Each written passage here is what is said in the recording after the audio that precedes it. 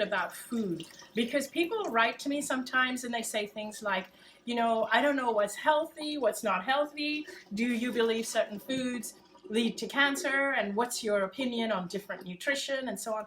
So my theory, or my take on it, is just relax and eat what feels good. Listen to your body and really just eat what feels good to you, what feels right to you. And I say this for a couple of reasons. One is because there is so much information out there and we get bombarded by information all the time. And so, and a lot of this information is conflicting, it's contradictory. And so the confusion that causes the stress and the fear is worse for you than eating a piece of chocolate with sugar. When I had cancer, I used to read and research everything that caused cancer. So here's what I find really interesting, is that if you look at the number one cause of illnesses, whether it's cancer, whether it's heart disease, the number one cause is actually stress. But then when you research, what do I do about the illness? Very little information comes up to tell you that you're supposed to reduce fear. All the information that comes to you, that bombards you, is information on nutrition, on drugs, on medication. The main thing is to not be stressed and to enjoy your food, enjoy what you eat, have fun with friends, and be a little bit more casual about it. When I had cancer, I became so paranoid about eating things.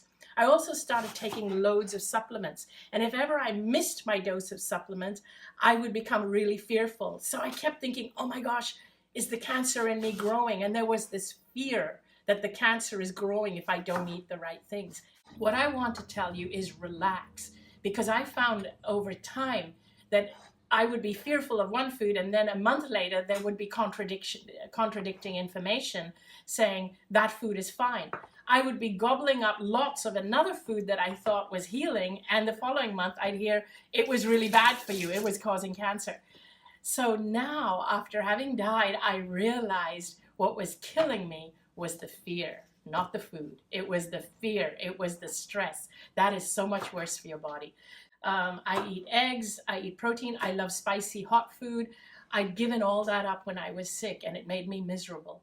Today, I'm so much happier and much more relaxed about food. Okay, Olivia is saying, if we choose our lives prior to coming to this earth, why do animals choose to come here knowing they will be killed and eaten?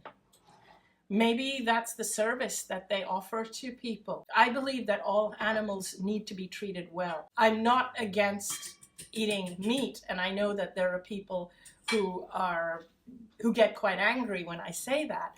But I have no judgment, because if we're angry at people who eat meat, we will be angry at a huge percentage of this planet. But what does make me angry or sad is when people treat animals cruelly.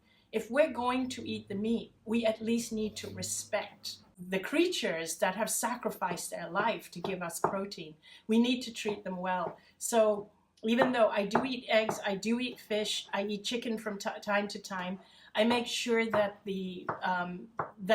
that these have been responsibly grown, responsibly caught, so that there is no suffering for the animal.